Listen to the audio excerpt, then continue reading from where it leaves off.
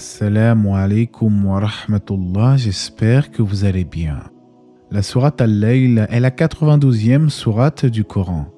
Révélée à la Mecque, elle contient 21 versets. Comme pour d'autres sourates courtes, Allah commence par jurer sur certains éléments de sa création. Par la nuit quand elle enveloppe tout, par le jour quand il éclaire, et par ce qu'il a créé, mâle et femelle, vos efforts sont divergents. Dans le Coran, Allah évoque souvent le fait qu'il a créé ces créatures par paires, comme la dualité de la nuit et du jour, de l'homme et de la femme, etc.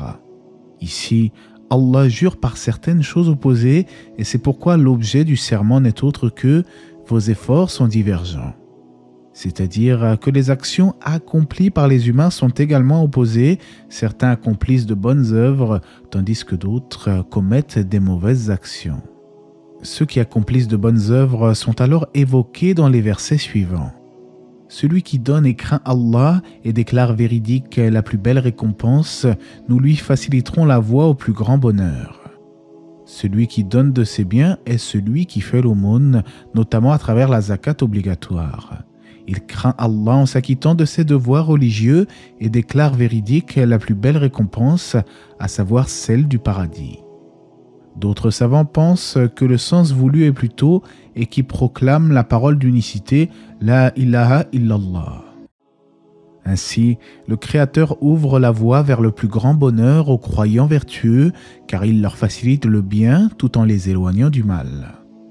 Quant aux injustes, Allah nous dit à leur sujet « Et quant à celui qui est avare, se dispense de l'adoration d'Allah et traite de mensonge la plus belle récompense, nous lui faciliterons la voie à la plus grande difficulté. » Cela nous montre que parmi les caractéristiques des incroyants, il y a l'avarice qui consiste à ne pas donner de ses biens en aumône, ainsi que le fait de négliger l'adoration d'Allah de manière globale.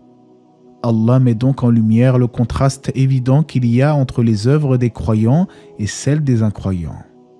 De surcroît, le mécréant traite de mensonge la plus belle récompense, celle du paradis dans l'au-delà. En conséquence de son entêtement, Allah le laisse s'enliser dans la voie la plus étroite, celle des péchés et du mal.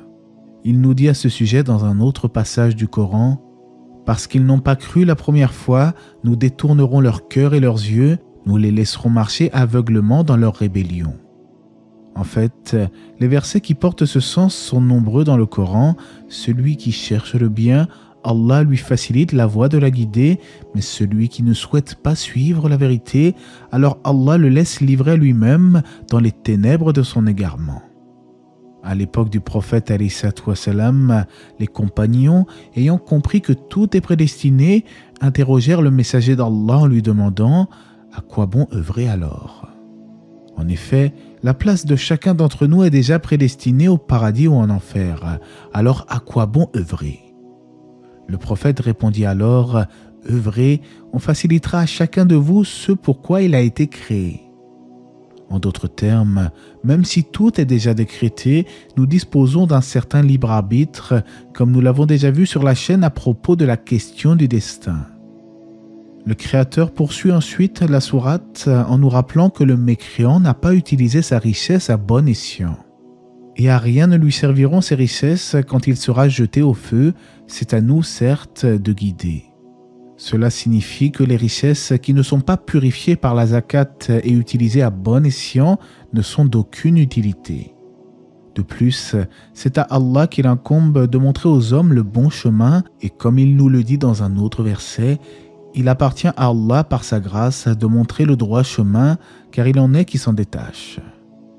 Puis, après avoir rappelé qu'à lui appartient la vie présente et celle de l'au-delà, Allah nous dit ensuite « Je vous ai donc averti d'un feu qui flambe où ne brûlera que le damné qui dément et tourne le dos. » Au sujet des supplices de l'au-delà, il est rapporté du prophète alayhi salatu wassalam que l'homme subissant le châtiment le plus léger au jour de la résurrection est un homme portant des sandales de feu. La chaleur qui émane de ces sandales fera bouillir son cerveau. Il s'imaginera alors que personne en enfer ne subit un châtiment pire que le sien, tandis qu'en réalité, il est celui dont le châtiment est le plus léger. Quant aux gens pieux, ils seront écartés du châtiment. alors qu'en sera écarté le pieux qui donne ses biens pour se purifier. C'est-à-dire que le croyant vertueux donne de ses biens dans l'obéissance à Allah en recherchant son agrément. En réalité, il n'est pas généreux pour bénéficier de la reconnaissance des gens ou pour avoir quelque chose en retour, et c'est pour cela qu'Allah nous dit ensuite « Et auprès de qui personne ne profite d'un bienfait intéressé, mais seulement pour la recherche de la face de son Seigneur le Très-Haut. Et certes, il sera bientôt satisfait. » Beaucoup d'exégètes ont expliqué que ces versets font allusion à Abu Bakr as-Siddiq, le noble compagnon du prophète sallallahu alayhi wa sallam. Selon Ibn Kathir, il n'y a aucun doute que Abu Bakr fait partie des vertueux mentionnés dans ces versets, mais le plus probant est que cela concerne l'ensemble de la communauté qui partage ces caractéristiques. En définitive, la sourate Al-Layl, la nuit, nous rappelle que l'être humain dispose du libre arbitre et qu'Allah facilite le bon chemin ou le mauvais chemin à ses serviteurs. Elle évoque également la sincérité dans les actes, car le véritable croyant se doit d'œuvrer uniquement pour la face d'Allah et non pour être vu ou entendu. Lorsqu'il fait une aumône, il n'espère pas une quelconque reconnaissance ou une rétribution humaine, car il ne dépense de ses biens qu'en vue de la satisfaction de son Créateur. Et Allah sait mieux, j'espère que ce rappel vous aura été profitable et que la paix et les bénédictions d'Allah soient sur le prophète, sa famille et ses compagnons.